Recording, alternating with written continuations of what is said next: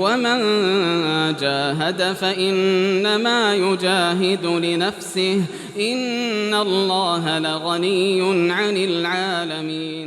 الحمد لله رب العالمين والصلاة والسلام على المبعوث رحمة للعالمين نبينا محمد وعلى آله وصحبه ومن تبعهم بإحسان إلى يوم الدين أما بعد. Kaum muslimin dan muslimat, jemaah salat maghrib rahimani wa rahimakumullah. Nikmat-nikmat Allah itu selalu diperbaharui di dalam kehidupan kita. Selalu ada tambahan nikmat. Ada nikmat-nikmat yang datang silih berganti. Maka harusnya kita juga memperbaharui kesyukuran kita kepada Allah Subhanahu wa ta'ala.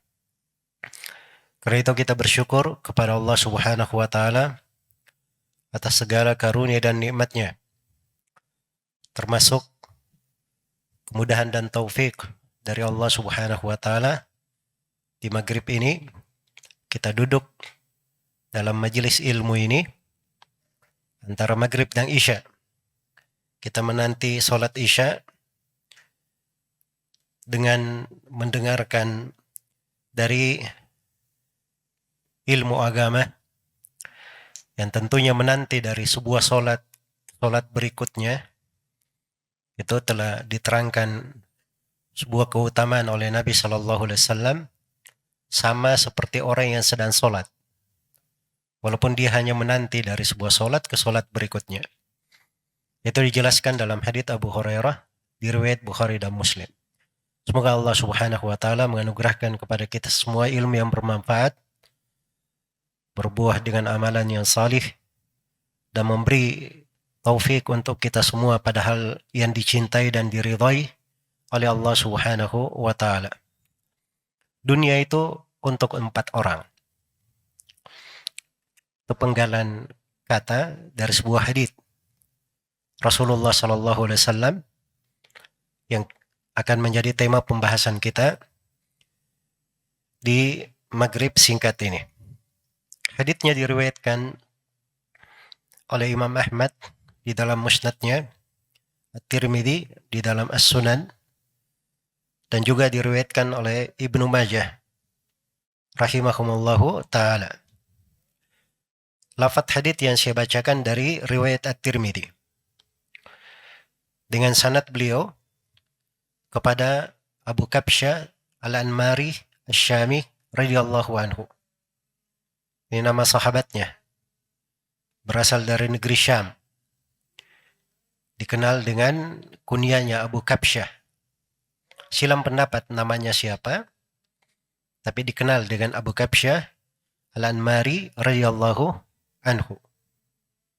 Semoga Allah meridhai beliau. Qala, beliau berkata, sami'tu Rasulullah sallallahu alaihi wasallam yaqul. Saya mendengar Rasulullah sallallahu alaihi wasallam bersabda. Itu indahnya kalau kita sering membaca hadits-hadits Rasulullah sallallahu alaihi wasallam. Begitu lewat nama sahabat, kita berdoa untuk para sahabat radhiyallahu anhum. Kita perbaharui kecintaan kita kepada para sahabat Nabi sallallahu alaihi wasallam.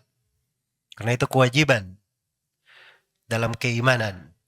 Walladzina ja'u min ba'dihim yaquluna rabbana ighfir lana wa li ikhwanina alladzina sabaquna bil iman. Orang-orang yang datang setelah Muhajirin dan Al-Ansar, mereka selalu berdoa, wahai Rabb kami, ampunilah kami dan saudara-saudara kami yang mendahului kami dengan keimanan.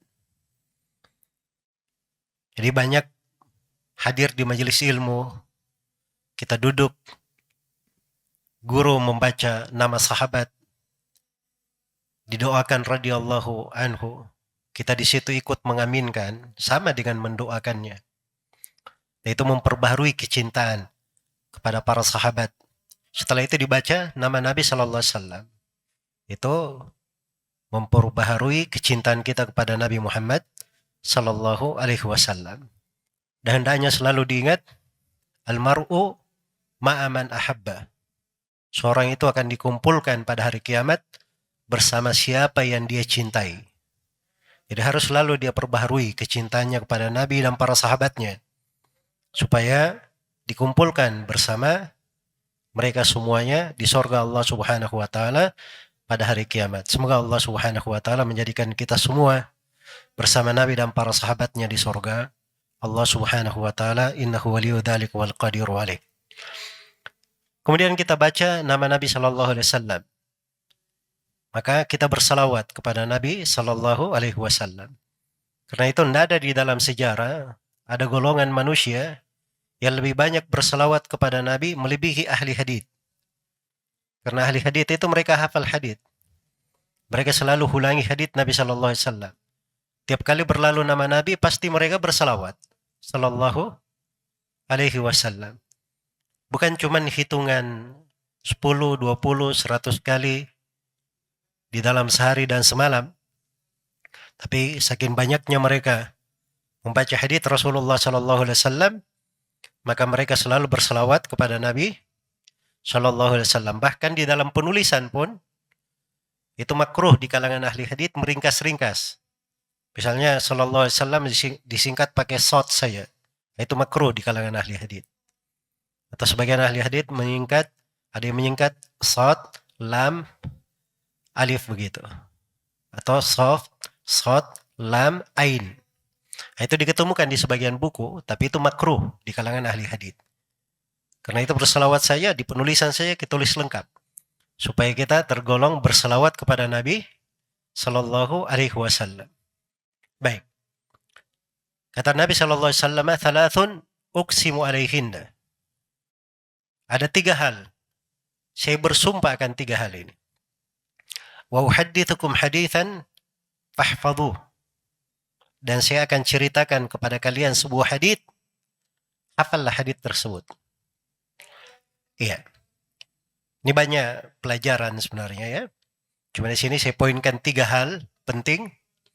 Yang pertama, penegasan di dalam menekankan sesuatu. Nabi bersumpah akan 3 hal. 3 perkara kita akan baca nanti. Kemudian yang kedua, hadits ini adalah pokok di dalam penggunaan istilah-istilah yang dipakai. Karena itu istilah-istilah itu harus dipahami melalui pintunya. Kalau dia istilah agama, maka harus dipahami dari jalur agama.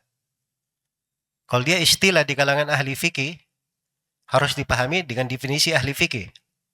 Istilah di kalangan ahli hadits harus dipahami dengan definisi ahli hadits juga. Karena keliru di dalam memahami istilah-istilah, ini kadang menjatuhkan seseorang ke dalam banyak kekeliruan. Iya, hadits itu bahasa hadits ya. Itu dari Nabi sallallahu alaihi wasallam. Beliau menggunakan. Makanya kalau ada sebuah ucapan atau sebuah perbuatan atau sesuatu yang disandarkan kepada Nabi sallallahu alaihi wasallam, maka itu oleh para ulama disebut hadis. Disebut dengan nama hadis. Dan itu namanya istilah. Tapi kaidah yang saya berikan bahwa istilah itu harus diambil dari ahlinya. Sebab kadang kalau kita menggunakan istilah bukan pada tempatnya, maka menjadi rumit masalahnya. Iya. Nah, ini pembahasan panjangnya kalau diuraikan. Apalagi kalau saya sering baca hari-hari ini masalah masalah khilafah, masalah takfir, masalah hajar, masalah imam, masalah bai'at, masalah jamaah. Itu istilah-istilah syar'i semua. Ada penggunaannya. Harus dilihat pada penggunaannya. Jangan memusuhi sesuatu yang ada penggunaannya di dalam syariat. Yang dimusuhi itu adalah hal yang menyelisih syariat. Orang yang memahami istilah bukan pada tempatnya. Iya. Nah ini kalau seorang masuk di dalam hal yang dia tidak punya ilmu tentangnya, dia cuma dengar-dengar saja, tidak punya ilmu tentangnya, dia pasti berdosa kalau dia masuk ke dalam hal itu. Walaupun dia benar. Misalnya kebetulan dia masuk, ternyata alhamdulillah saya benar. Nggak ada alhamdulillah saya benar. Yang ada kamu berdosa. Karena kamu masuk dalam sesuatu tanpa ilmu namanya. Dan Allah telah menegaskan, wala taqfu ma laysa laka bihi ilm, inna sam'a wal basar wal fuad, kullu ulaika kana anhu mas'ula. Jangan kalian berhenti di atas sesuatu yang kalian tidak punya ilmu tentangnya. Sungguhnya pendengaran dan penglihatan dan mata hati semuanya akan dimintai pertanggungjawaban. Tidak boleh berucap sesuatu tanpa ilmu. Baik. Jadi kemudian yang ketiga, di sini Rasulullah SAW berkata, fahfadhu, hafallah hadits itu. Ini dasar di dalam ilmu. Kenapa dianjurkan menghafal? Dianjurkan seseorang itu mengingat apa yang dia dengarkan, menyampaikannya. Sebab Nabi SAW yang mengajarkannya. Dan beliau mendidik para sahabatnya seperti itu. Coba bayangkan ya, Al-Quran itu kita terima di hari ini dengan berbagai riwayatnya, itu semuanya melalui jalur hafalan. Melalui jalur hafalan. Huruf per hurufnya. Bahkan panjang pendeknya. Semuanya diambil dari jalur hafalan. Ya kalau ada yang membaca, misalnya ya dari sebuah qiraat, kita di Indonesia membaca dari riwayat Hafs dari Asim. Hafs dari Asim, Hafs itu punya dua riwayat. Ada riwayat kita baca dari riwayat Asim ya bin Abi Nujub. Asim itu punya dua riwayat. Ada riwayat Syu'bah dan ada riwayat Hafs. Hafs sendiri yang kita baca di Indonesia, di mayoritas umat Islam di atas muka bumi ini, itu punya dua jalur riwayat. Ada dari jalur Syatibiyah dan ada dari jalur Thayyibatun Nashr. Ada dari jalur Thayyibatun Nashr. Itu panjang pendeknya ada 21 perbedaan. Yang paling menyoloknya di dalam mat munfasil. Itu kita baca dari guru huruf per huruf, panjang pendeknya pun dibetulin. Sebab mereka ambil dari gurunya seperti itu, gurunya juga baca dari gurunya seperti itu, dari gurunya lagi bersambung kepada Nabi Shallallahu Alaihi Wasallam. Itu Al-Quran. Demikian pula hadits Rasulullah Shallallahu Alaihi Wasallam terjaga dan terpelihara. Makanya kalau ada yang menyampaikan hadits di hari ini, dia sandarkan kepada Nabi Shallallahu Alaihi Wasallam, maka dia hanya salah satu dari dua. Jujur atau dusta, itu aja. Kalau jujur berarti hadits yang disampaikan ada sumbernya, ada asal usul riwayatnya. Kalau dia dusta berarti hadits yang dia sampaikan itu tidak ada asal usul riwayat. Baik. Jadi kata Nabi SAW, "Thalathun uqsimu alaihinna wa uhaddithukum hadithan fahfadhuh." Ada 3 hal, aku bersumpah dengan 3 hal ini. Dan saya akan ceritakan kepada kalian sebuah hadits. Hafallah hadits tersebut. Iya. Hafallah hadits tersebut. Di riwayat At-Tirmidzi dikatakan, "Qala ma naqasa malu abdin min sadaqatin." Ini 3 hal dulu. Dimulai dari 3 hal yang Nabi bersumpah padanya. Dan ini lebih diperjelas di riwayat Imam Ahmad. 3 hal ini yang pertama, ma naqasa malu abdin min sadaqah. Tidak akan berkurang tidak akan berkurang harta seorang hamba lantaran dia bersedekah. Ini hal Nabi bersumpah. Iya. Ya, Anda perlu khawatir. Kalau ada yang bersedekah, jangan khawatir harta itu berkurang. Jangan khawatir. Sebab Nabi SAW sudah bersumpah bahwa harta seorang hamba itu tidak akan berkurang lantaran bersedekah. Lantaran bersedekah. Dan ini hadits semakna dengannya hadits di dalam riwayat Muslim. Ma naqasat sadaqatun mimmal. Tidaklah sedekah itu mengurangi harta.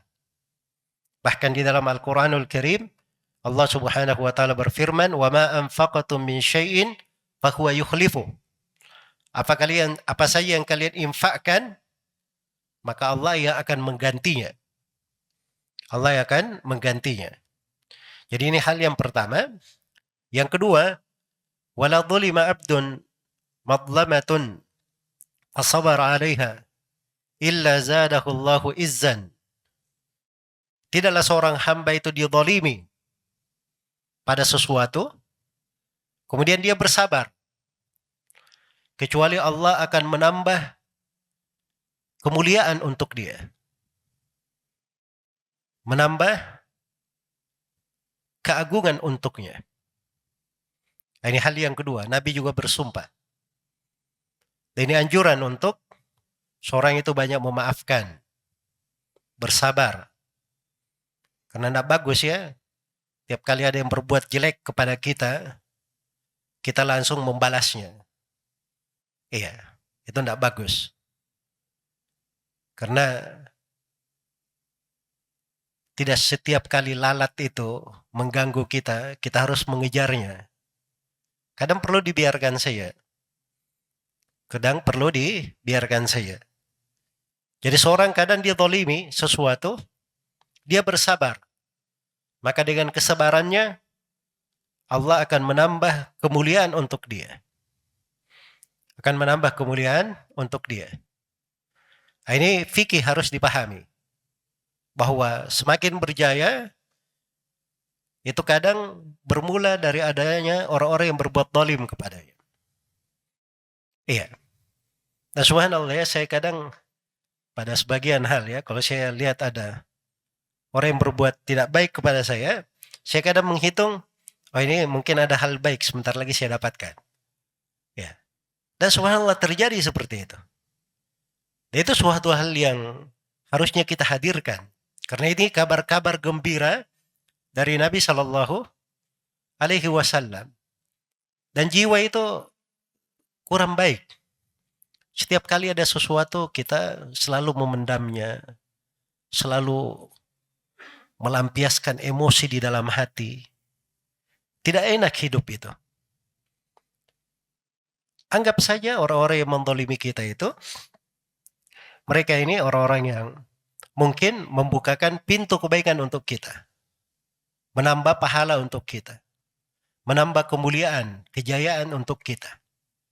Nah harusnya itu yang kita buka untuk diri kita. Karena itu dalam Al-Quran Allah firman, فَلْيَعْفُوا وَلْيَصْفَحُوا. Hendaknya mereka memaafkan, membiarkan. أَلَا تُحِبُّونَ يَغْفِرَ اللَّهُ لَكُمْ. Tidakkah kalian cinta Allah mengampuni kalian? Dan Allah firman, وَجَزَاءُ سَيِّئَةٍ سَيِّئَةٌ مِثْلُهَا فَمَنْ أَفَى وَأَصْلَحَ فَأَجْرُهُ عَلَى اللَّهِ.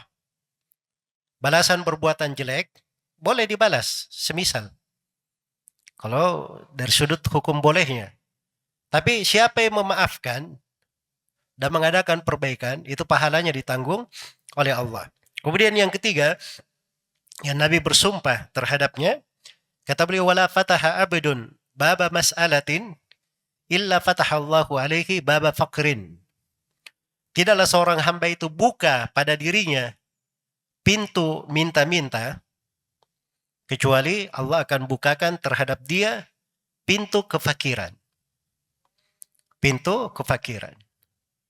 Karena meminta pada apa yang di tangan manusia, itu adalah hal yang dicela. Perkara yang dicela. Berbagai akhlak yang mulia dianjurkan di dalam agama. Tentang iffah, menjaga kehormatan diri. Tentang merasa cukup. Qana'ah, bersyukur terhadap karunia Allah subhanahu wa ta'ala. Selalu melihat apa yang di tangan Allah, bukan melihat di tangan manusia. Itu berbagai akhlak yang agung. Ya kalau seorang sering atau membuka pintu, meminta kepada manusia, ini akan menjadi kebiasaan pada dirinya. Nanti setelah itu dia minta lagi, setelah itu dia minta lagi. Nah, itu kan pintu kefakiran namanya. Maka akan dibuka untuknya pintu kefakiran. Tapi kalau dia berusaha untuk dirinya, dia ada keperluan. Tapi dia tahan dirinya. Dia bersabar. Tidak ingin meminta kepada manusia. Maka tunggu saja beberapa saat akan datang pintu kebaikan untuk dirinya. Iya. Ini pintu meminta namanya. Jangan dibuka untuk diri kita. Baik, ini 3 hal yang Nabi SAW bersumpah untuk 3 hal ini. Jadi perhatikan ya, ketika Nabi bersumpah untuk 3 hal ini perkara hendaknya kita perhatikan dengan seksama. Kemudian inti pembahasan kita di kajian ini, inilah di kelanjutan hadits. Kata beliau, "Hadithukum hadithan fahfadhuh." Dan saya akan ceritakan kepada kalian sebuah hadits. Hafallah hadits tersebut. Iya. Kata Nabi sallallahu alaihi wasallam, "Innamad dunya li arba'ati nafar." Sungguhnya dunia itu untuk 4 orang. Jadi Nabi sendiri yang menyebutkan bahwa dunia itu untuk 4 orang. Artinya dalam hidup dunia ini, kita hidup bagaimanapun kondisi keadaan kita hidup di lapisan manapun kita dari penduduk dunia ini, kita itu tidak keluar dari 4 orang yang disebut oleh Nabi Shallallahu Alaihi Wasallam. Dan ini salah satu penggambaran tentang kehidupan dunia. Dan ini salah satu fikih dalam agama. Karena harus dimaklumi orang yang belajar itu, kata sebagian ulama, ciri orang yang belajar ilmu agama, dia paham bahwa dunia itu adalah hina. Itu ciri dia belajar ilmu agama. Faedah yang paling kecil yang dia pegang, dia tahu bahwa dunia itu hina. Ya, karena dunia itu keadaannya seperti itu, maka dibuat di dalam Al-Quran, hadits Rasulullah SAW berbagai perumpamaan tentang dunia. Perumpamaan yang sangat menakjubkan sekali. Penuh dengan pelajaran dan hikmah. Salah satunya di dalam hadits ini. Nabi SAW ingin menjelaskan tentang orang-orang yang berada di kehidupan dunia ini. Bahwa manusia yang hidup di dalam kehidupan dunia ini, itu tidak lepas dari 4 orang ini. Karena itu beliau katakan, "Innamad dunya li arba'ati nafar." Sungguhnya dunia itu untuk 4 orang. Kata innama, kalau dalam bahasa Arab itu pembatasan. Iya. Biasanya diterjemahkan hanyalah untuk ini. Artinya dibatasi untuk itu saja. Jadi siapa 4 orang ini? Kata Nabi SAW, "Abdin razaqahullahu malan wa ilman." Yang pertama adalah seorang hamba. Allah beri kepadanya rezeki. Berupa harta dan ilmu. 2 rezekinya. Harta dan apa? Ilmu. Fahuwa yattaqi fihi rabbah. Wa yasilu fihi rahimah. Wa ya'lamu lillahi fihi haqqa. Maka dengan itulah dia bertakwa kepada Rabb-nya. Dia menyambung silaturahminya. Dan dia tahu bahwa pada hartanya ada hak untuk Allah. Nah, ini golongan yang pertama ini. Hamba diberi harta dan ilmu sekaligus. Dengan itu dia bertakwa kepada Allah, dia sambung silaturahminya, dia tunaikan hak Allah. Ini orang yang pertama. Kata Nabi SAW, "Fahada bi afdalil manazil." Orang ini di kedudukan yang paling afdalnya, yang paling utamanya. Nah, kalau mau tingkat yang paling utama, ini yang paling tingginya.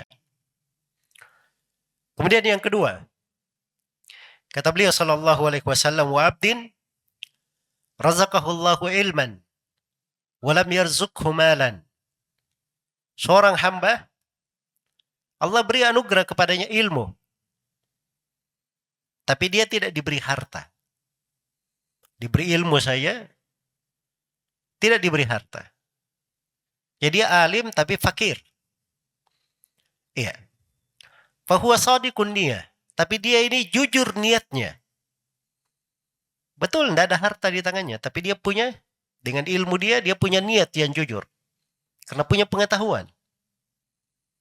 Maka dia bangun niatnya ini. Niat jujur di hatinya. Perhatikan bahasa shadiqun niyah. Shadiq itu bukan cuma cita-cita, angan-angan saja. Dia sudah berusaha, ada upaya, tapi Allah memang belum menakdirkan untuknya. Nah, itu jujur namanya, shadiqun niyah. Iya. Yaqulu law anna li malan la amiltu bi amali fulan. Dia berkata, andai kata saya punya harta, saya akan melakukan seperti amalnya si fulan. Siapa si fulan? Golongan yang pertama itu tadi. Yang diberi harta dan apa? Ilmu. Iya. Kata Nabi SAW, orang yang kedua ini hukumnya apa? Kata beliau, fahuwa biniyatihi fa ajruhuma sawa. Maka dia ini dengan niatnya, dia dapat sesuai dengan niatnya. Dan pahala antara golongan yang pertama dan kedua, pahalanya sama. Pahalanya sama. Iya. Kemudian yang ketiga, kata beliau, abdin razaqahullahu malan walam yarzuqhu ilman. Ini sebaliknya. Kebalikan yang pertama. Seorang hamba, Allah berikan kepadanya harta, tapi tidak dapat anugerah ilmu. Harta saja dia dapat. Ini orang kaya, tapi jahil. Karena tidak punya ilmu. Kata Nabi SAW, bahwa yukhbitu fi malihi. Maka dia bertingkah sembarangan pada hartanya. Iya. Bahwa yukhbitu fi malihi bighairi ilm. Dia bertindak sembarangan pada hartanya tanpa ilmu. La yattaqi fihi rabbah. Dia tidak bertakwa kepada Allah dengan hartanya. Wala yasilu fihi rahimah. Dia tidak sambung silaturahminya. Wala ya'lamu lillahi fihi haqqa. Dan dia tidak pernah kenal ada hak Allah pada hartanya. Ini golongan yang ketiga ini. Orang yang ketiga. Kata Nabi SAW, fahada bi akhbathil manazil. Ini adalah orang yang paling buruk kedudukannya. Orang yang paling buruk kedudukannya. Kemudian yang keempat. Kata beliau, abdin lam yarzuqhullahu malan wala ilma. Dan seorang hamba, Allah tidak beri padanya harta, tidak pula diberi kepadanya ilmu. Tidak ada harta, tidak ada pula ilmu. Fahuwa yaqul, tapi dia berkata, lau anna li malan la amiltu fihi bi amali fulan. Andai kata saya punya harta, saya akan beramal, berbuat seperti perbuatan si fulan, orang yang ketiga tadi. Yang punya harta di dalam keburukan dia buat. Jadi ini sudah tidak punya harta, niatnya, kalau dia punya harta, dia akan berbuat buruk pula. Apa hukumnya? Kata Nabi SAW, fahuwa biniyatihi wa wizruhu masawa. Maka dia ini dapat sesuai dengan niatnya. Antara golongan yang ketiga dan keempat, dosanya sama. Dosanya sama. Ini hadits subhanallah ya. Ya, menakjubkan. Wajib untuk kita renungi dengan seksama. Kita ini terlalu banyak amanah yang kita pikul, kita sandang. Sebelum kita lahir di dunia ini, sudah diambil sumpah dari kita di alam ruh untuk beribadah hanya kepada Allah Subhanahu wa taala semata. Dan kita hidup di atas muka bumi ini, itu menyandang sebuah amanah. Amanah ini, langit dan bumi saja, gunung-gunung, itu tidak mau menyandangnya. Tapi disandang oleh manusia, subhanallah. Maka harus kita pahami, ada hal-hal yang Allah Subhanahu wa taala berikan kepada kita. Dan itu ada pertanggungjawabannya. Makanya oleh Nabi SAW dibagi. Dunia ini 4 orang saja isinya. Silahkan kita periksa diri kita di mana kita berada. Iya. Kalau dari 4 orang ini, sebenarnya intinya kembali kepada 2 saja. Sebab yang pertama, itu tingkatan yang paling baik. Dan yang kedua, ikut kepada yang pertama. Yang ketiga itu tingkatan yang paling buruk. Yang keempat ikut kepada tingkatan yang paling buruk ini. Jadi kalau dikembalikan lagi, kembalinya hanya kepada 2 saja. Yang pertama itu dia alim, punya ilmu, Ghani, dia juga punya harta. Yang kedua, dia alim tapi fakir, tidak punya harta. Yang ketiga, dia ghani tapi jahil. Yang keempat, fakir dan jahil. Ini 4. Iya. 4 golongan ini, itu semuanya punya amalannya masing-masing. Ada amalannya masing-masing. Yang pertama, yang alim dan punya harta, dengan hartanya dia bertakwa kepada Allah. Dia sambung silaturahminya. Dia tunaikan hak Allah pada harta. Itu jangan kita sangka ya, ada harta di tangan kita, tidak ada pertanggungjawabannya. Periksa dulu hak Allah Subhanahu wa taala di dalamnya, hak orang lain pada harta tersebut. Ini kadang kita kurang teliti di dalam hal itu. Kalau kita bertransaksi dengan orang, oh subhanallah, hitung-hitungannya itu super ketat. Catatannya bisa berlapis-lapis. Tapi begitu harta yang ada di tangannya terkait dengan hak Allah dan hak manusia, dia tidak memperlakukan dirinya sama ketika memperlakukan orang lain seperti itu. Dan ini keliru ya dalam kehidupan seorang muslim dan muslimah. Harusnya seorang itu selalu menghisap dirinya pada amanah, pada harta yang Allah Subhanahu wa taala titipkan di tangannya. Iya. Maka orang ini diberi harta, subhanallah, dia punya ilmu, dengan harta itu dia pakai untuk bertakwa kepada Allah. Ini luar biasa ya. Sebab dia tahu, dengan ilmunya, dia tahu jalur-jalur penyaluran harta yang paling baiknya. Dia mengerti. Ya. Ada orang yang kadang bersedekah. Niatnya bagus ya, bersedekah. Bagus sedekahnya. Padahal yang baik. Membantu orang miskin misalnya. Memberi orang yang kelaparan. Tapi ada bentuk sedekah. Kadang kepada orang miskin juga. Tetapi lebih besar keutamaannya. Karena berkumpul pada si miskin yang lainnya, sudut-sudut lain. Misalnya, dia miskin, kerabatnya. Miskin bukan kerabat. Lebih didahulukan miskin dan apa? Kerabat. Sebab dia memberi santunan kepada orang miskin, sekaligus dia menyambung silaturahminya.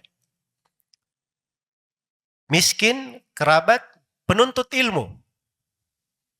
Nah, dia bantu lagi. Orang ini diharapkan dia bisa bermanfaat untuk umat Islam, untuk kaum muslimin di masa mendatang. Dia bantu. Iya. Ada orang-orang yang kadang subhanallah pada hitungannya itu luar biasa. Kadang taufik pada sebagian orang.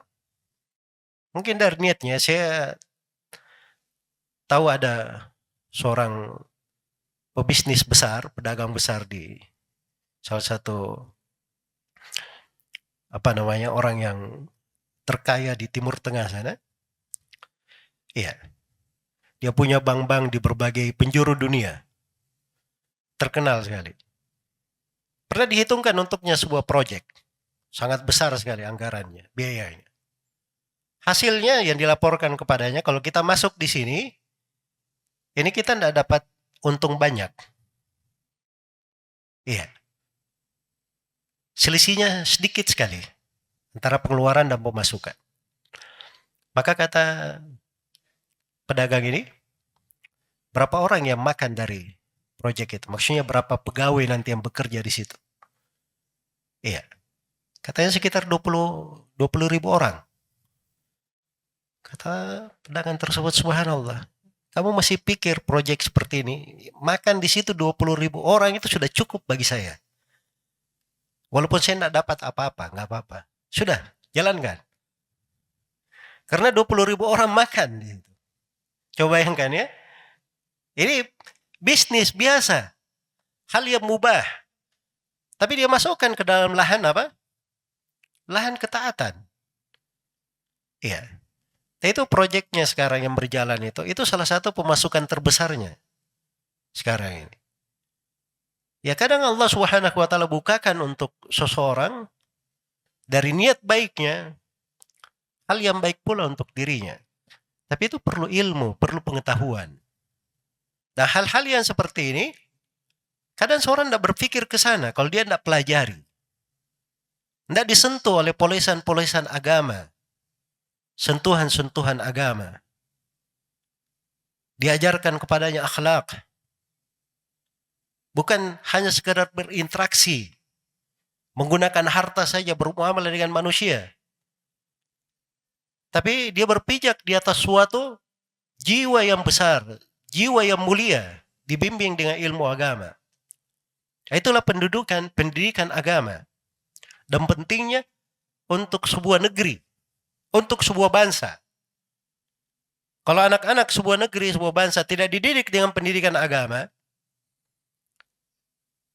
walaupun maju di dalam berbagai bidang ilmu dan teknologi, pasti banyak kerusakan yang terjadi di negeri itu. Iya.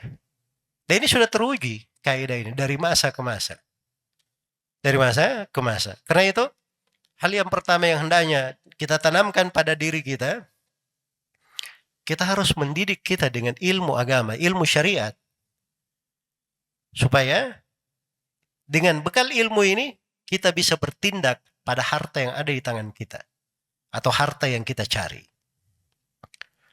Maka orang ini, dengan harta yang Allah berikan kepadanya, dia bisa bertakwa kepada Allah. Dengan hartanya. Bertakwa kepada Allah dengan hartanya. Dia bisa menyambung silaturahminya. Bukan saja dengan menyambung silaturahmi. Sebagian orang yang kadang diberi harta oleh Allah, dia bisa menyambung hubungan banyak manusia. Bisa menyambung percekcokan orang-orang yang berselisih. Pertikaian antara golongan manusia. Itu lihat, baca di sirahnya Abdurrahman bin Auf radhiyallahu ta'ala anhu. Bagaimana beliau berwakaf untuk istri-istri Nabi SAW. Bagaimana beliau mengeluarkan dari harta, menyambung hubungannya dengan para sahabat, membuat Islam itu semakin tersebar, diterima di tengah manusia. Harta yang ada di tangannya, dia bisa menyambung silaturahmi. Dan dia tahu hak Allah di dalamnya. Ini golongan yang pertama. Golongan yang kedua, wa abdin razaqahullahu ilman. Seorang hamba diberi oleh Allah ilmu. Walam yarzuqhu malan. Tapi tidak diberi anugerah harta. Tapi dia shadiqun niyah. Ilmunya itu ada pengaruhnya. Iya. Itulah ilmu. Dia tidak punya harta di tangannya pun, dia bisa dapat pahala sama dengan orang yang punya harta. Jujur niatnya. Dia berkata, andai kata saya punya harta, maka saya akan beramal, berbuat sama dengan perbuatan si fulan, alim yang punya harta itu tadi. Iya. Nah, ini dengan ilmunya itu. Maka ini dua golongan ini sebenarnya kita harus merenungi di dalamnya tentang pentingnya mempelajari ilmu agama. Itu sudut yang pertama. Dan berbicara tentang keutamaan mempelajari ilmu agama, pentingnya, itu pembahasan panjang sekali. Ratusan keutamaan dalam ayat maupun hadits menjelaskan tentang ketinggian ilmu dan keutamaannya. Iya. Ditulis oleh para ulama buku berjilid-jilid tentang hal itu. Saking luasnya dan besarnya manfaat dari ilmu. Dan hadits ini juga, ini penegasan bahwa ilmu itu lebih baik daripada harta. Karena golongan yang kedua ini, dia cuma punya ilmu saja, tidak punya harta. Tapi dia bisa sampai di golongan yang pertama. Beda dengan golongan yang ketiga, ada hartanya. Tidak bisa sampai di golongan yang pertama. Karena dia tidak punya ilmu. Karena itulah ilmu itu selalu lebih tinggi daripada harta. Ilmu itu menjaga kamu. Kalau harta sebaliknya, kamu yang menjaganya. Iya.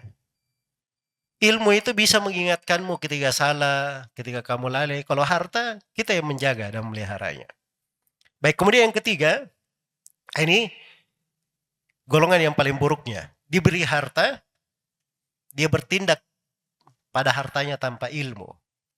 Tidak bertakwa kepada Allah. Tidak pula dia menyambung silaturahminya. Tidak tahu hak Allah di dalamnya. Sebab yang dia pikir cuma harta, mengumpul harta. Dan harta itu subhanallah fitnah. Likulli ummatin fitnah wa fitnatu ummatil mal. Setiap umat itu ada fitnahnya. Fitnah pada umatku itu adalah harta. Kata Nabi Shallallahu Alaihi Wasallam. Iya. Dan kadang harta itu bisa menyeret seseorang kepada hal-hal yang merusaknya. Kalau dia tidak punya pegangan yang baik di situ. Maka ketika tidak diikat dengan ilmu, ini bisa menjatuhkannya ke dalam perkara yang membahayakannya. Inilah yang menimpa golongan yang ketiga ini. Sehingga dia dikatakan bi akhbathil manazil. Kedudukan yang paling buruknya, yang paling rendahnya. Iya. Dan golongan yang keempat, ini subhanallah, dia tidak punya harta, tidak punya ilmu. Tapi niatnya, dan ini di masa sekarang ini luar biasa ya fitnahnya. Iya. Dia kadang tidak punya apa-apa. Pekerjaan juga tidak ada, pengangguran, tapi yang dia lihat, tontonan-tontonan yang membuat dia berhayal ingin seperti itu. Kalau saya dapat harta, saya juga ingin seperti itu. Kalau saya kaya, saya ingin seperti itu. Maka ini disebut oleh Nabi Shallallahu Alaihi Wasallam fahuwa biniyatihi. Maka dia sesuai dengan niatnya. Fawizruhu masawa. Maka dosa antara keduanya sama. Maksudnya di sini antara golongan pertama dan golongan kedua pahalanya sama. Maksudnya pada dasar pahalanya. Akar pahalanya sama. Bukan pada pelipat gandaan. Kalau di pelipat gandaan, golongan yang pertama lebih utama tentunya. Sebab sudah dikatakan bahwa ini yang paling afdolnya. Sama dengan golongan yang ketiga dan keempat. Golongan yang keempat itu yang paling buruknya. Dosanya sama, maksudnya pada akar dosa sama. Adapun pada pelipat gandaan, itu golongan yang ketiga itu lebih buruk lagi daripada golongan yang keempat. Maka ini hadits renungan untuk kita semua. Untuk menata diri kita. Di mana kita berada. Kita berusaha untuk giat. Mengambil dari manfaat dan faedah ilmu. Jangan berlalu satu hari dari kehidupan kita. Kita tidak dapat sebuah faedah dari ilmu. Ilmu itu tetesan demi tetesan. Diambil bersama dengan hari-hari kehidupan. Dikumpul setetes demi setetes. Karena aliran sungai itu juga berasal dari tetesan-tetesan air hujan. Iya. Al-yawma syai'un wa ghadan mithluhu. Hari ini dapat sesuatu, besoknya semisal dengan itu. Min nukhabil ilmi allati tultaqat. Demikianlah ilmu itu ketika diambil. Yahsulu biha al-mar'u, yashul mar'u biha hikmatan. Dengannya seorang itu mengambil hikmah. Wa innamas sailu ijtima'un nuqat. Itu kata hikmah di tengah para ulama. Aliran air itu berasal dari tetesan-tetesan air. Ya begitu caranya diambil. Dari ilmu itu dipakai dalam kehidupan. Kemudian pelajaran yang terakhir yang ingin saya ingatkan di sini. Tentang pentingnya seorang itu menata kondisi hatinya. Karena niat itu besar sekali. Bisa menjadi besar dosanya, bisa menjadi besar pahalanya. Tergantung kemana hati itu. Lihat orang yang kedua tadi. Dia melihat orang berbuat baik, dia berniat juga. Kalau saya dapat harta seperti orang yang berbuat baik ini, saya akan berbuat baik juga. Maka kedudukannya sama dari sudut pahala. Tapi orang yang keempat tadi, dia melihat orang yang berbuat jelek. Dia bilang, dia tidak punya harta. Tapi niatnya, kalau saya dapat harta, saya akan berbuat jelek juga seperti itu. Maka sama di dalam dosa. Makanya hati itu harus kita latih, kita didik. Kadang di majelis seperti ini, kita duduk bersama ya, kadang kita berbeda tingkatan-tingkatannya. Pahala yang kita dapatkan. Pertama dari sudut keikhlasannya. Yang kedua dari sudut niatnya dia hadir di majelis ini. Misalnya saya niat di sini untuk menuntut ilmu. Saya niat untuk duduk maghrib isya.